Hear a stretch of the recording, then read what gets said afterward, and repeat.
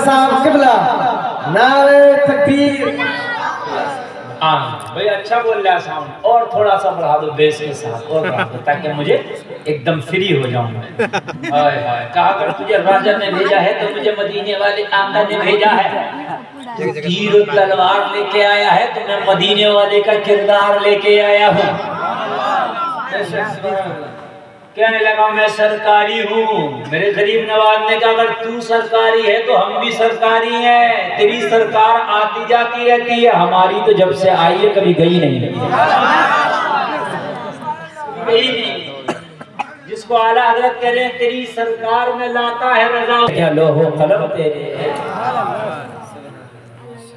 गरीब नवाज उठना तो पड़ेगा, मोइनुद्दीन उठना तो पड़ेगा। हमें तो उठना दूसरी बात है, ऊँट बड़ी बात है, हमें उठाओगे। जिन ऊँट पर बैठ के आए पहले इन्हीं को उठा।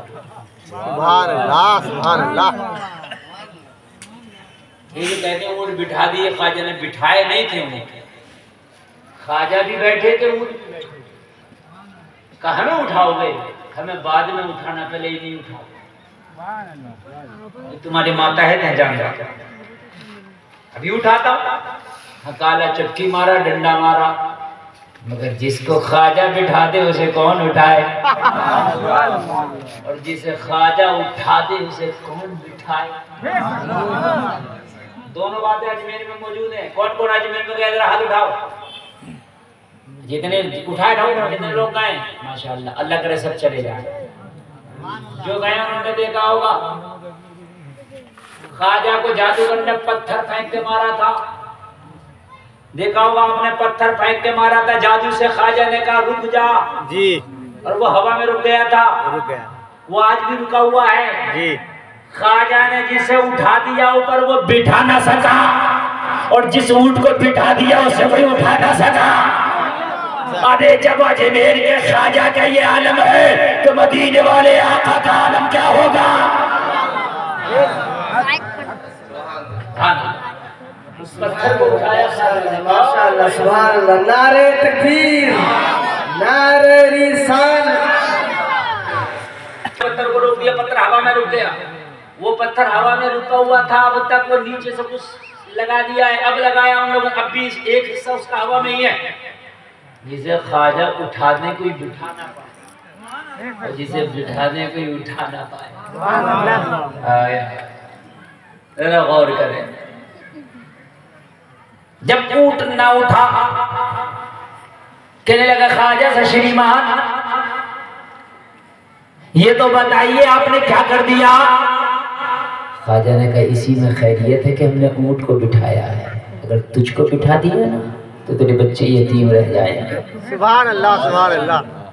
भागा भागा गया, स्वामी जी मेरा आपसे कोई रफड़ा झगड़ा नहीं है, आप आराम से बैठिए, मैं वापस जा रहा हूँ। राजा से कहूंगा अगर हुकूमत में अगर अपने मुझको रखना है तो रखिए, वरना इस्तीफा देने को तैयार हूँ, मगर उस ख्वाजा को नहीं उठाऊंगा।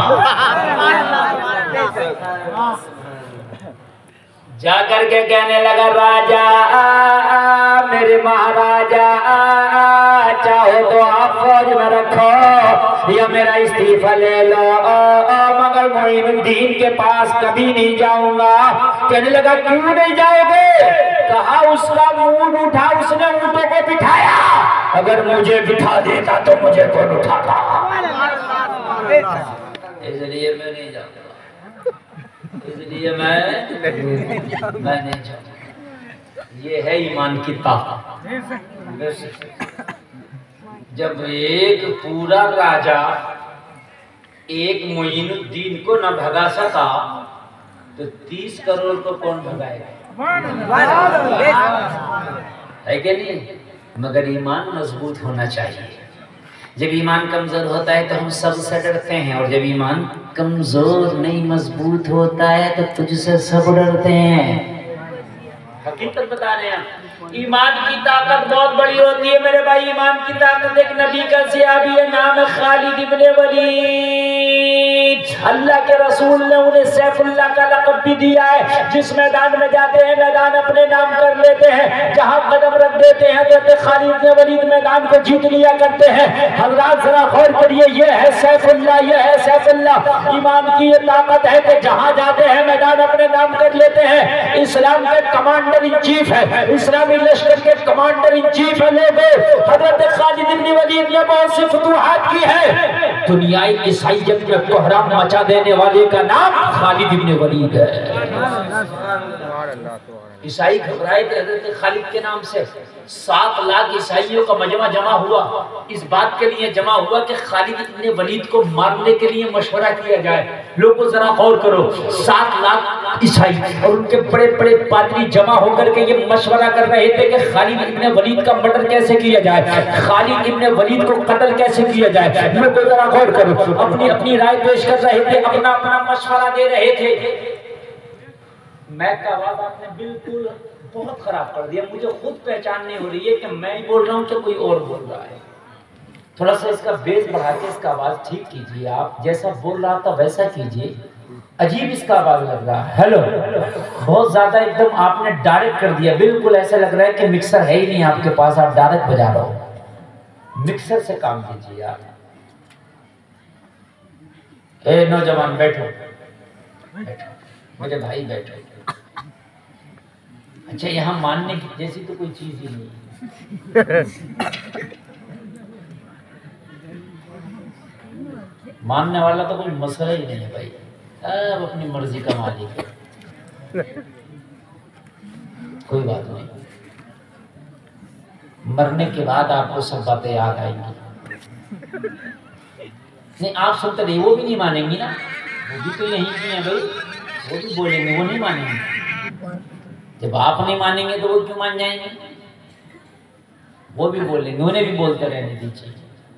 आज आपका 3 जलसा हो रहा है, एक इधर हो रहा है और एक इधर, एक इधर हो रहा है, एक ही रात में 3 जलसा है। हाँ, कोई बात नहीं, आप बस मुझे सुनते रहें, टेंशन ना लें। 7 लाख लोग आए, हजरत खालिद इब्न वलीद का मर्डर कैसे किया जाए। ईमान की ताकत मैं आपको बता रहा हूँ। हमें दुनिया डराती है और हम डर जाते हैं। हम क्यों डर जाते हैं? ईमान कमजोर है। हमें दुनिया सताती है और हम परेशान हो जाते हैं, क्यों? ईमान कमजोर है। खुदा की कसम, अगर ईमान मजबूत हो तो लोगों कान खोल करके सुन लो, अल्लाह मकड़ी को इतनी ताकत देता है कि मुस्तफा की गार में अगर मकड़ी जाला लगा दे तो मक्का के काफिर उसे तोड़ ना सके। जाला ही तो लगाया था, चाहते तो तोड़ देते, लेकिन तोड़ेंगे कैसे? ये मकड़ी ने नबी की मोहब्बत में जाला लगाया था। इस जाले को कयामत तक के लिए यादगार बनना था। आए और ये कह के चले गए यहाँ मोहम्मद नहीं है, अगर मोहम्मद होते तो जाला नहीं लगा होता।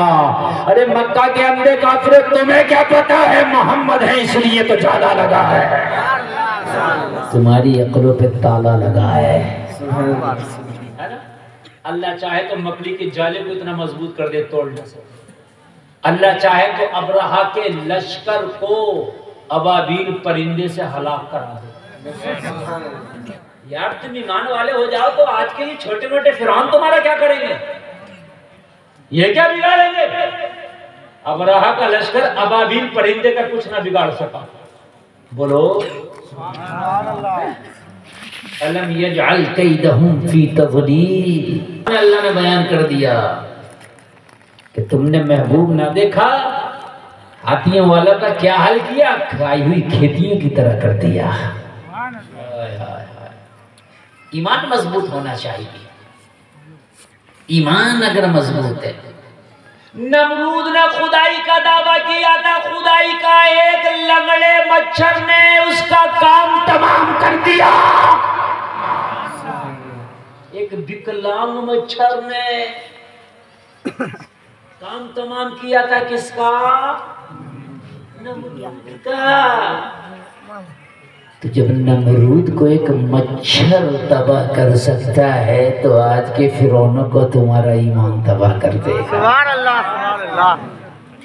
फिर वही कहूंगा, ईमान ईमान अगर कमजोर है तो फिर सब तुम्हें सताएंगे, ईमान अगर मजबूत है ना तो सब तुम्हारी इज्जत करेंगे। हजरत खालिद इब्न वलीद का मर्डर कैसे किया जाए, 7 लाख लोगों का मजमा इस बात पे लोगों मशवरा कर रहा था मर्डर कैसे किया जाए, मर्डर कैसे किया जाए, मर्डर कैसे किया जाए। उतने में उनका सबसे बड़ा पोप खड़ा हुआ, सबसे बड़ा पादरी खड़ा हुआ, जिसको आखिर में बोलना था, लास्ट में बोलना था, जो मेहमान खुसूसी था, उनका खतीब खुसूसी था, जिसको मशवरा देना था, उनका मुशीर खुसूसी था, खड़ा हुआ। आखिर में तो कांपने लगा, उसकी जबान पे ताले लग गए। ईसाइयों ने आपको बोलता क्यों नहीं, तेरे कदम क्यों कांप रहे, तेरी जबान पे ताले क्यों लग गए। कहने लगा मैं बड़ी बड़ी महफिलों में बोलता हूँ, बड़ी बड़ी मजलिसों में बोलता हूँ, मगर मेरी जबान पे ताले लग गए, मेरे बदन कांप रहा, मेरी टांगे कांप रही है। कहा क्यों कांप रही है, तो उनका सबसे बड़ा पादरी बोला कि इस मजमे में, इस 7 लाख के मजमे में कोई ईमान वाला मोहम्मद का गुलाम बैठा है, उसकी हैबत ने मेरी जबान पर ताले लगा दिए हैं। तो कहा कैसे पता चलेगा इस 7 लाख के मजमे में मुसलमान कौन है। कहा उसे उसके नबी का वास्ता तो खड़ा हो जाएगा। उस जलसे में आने वालों जरा गौर करो, उस जलसे में आने वालों जरा गौर करो। कहा था ए मुसलमान, तू जहां भी है तुझे तेरे नबी का वास्ता खड़ा होगा। इतना कहना था, 7 लाख के मजमे में एक मुसलमान खड़ा हो गया। लोगों जरा गौर करो, चेहरे पे दाढ़ी है, सर पे इमामा सजाए हुए, कुबा पहने हुए है, खड़ा हो गया। खड़ा होते ही नबी का नाम लिया, कहने लगे तुझे डर ना लगा, 7 लाख के मजमे में आ गया, तुझे अपनी जान का खतरा न लगा। कहने लगा गुलामाने मोहम्मद जान देने से नहीं डरते, ये सर कट जाए या रह जाए कुछ परवाह नहीं करते। नारे तकबीर, नारे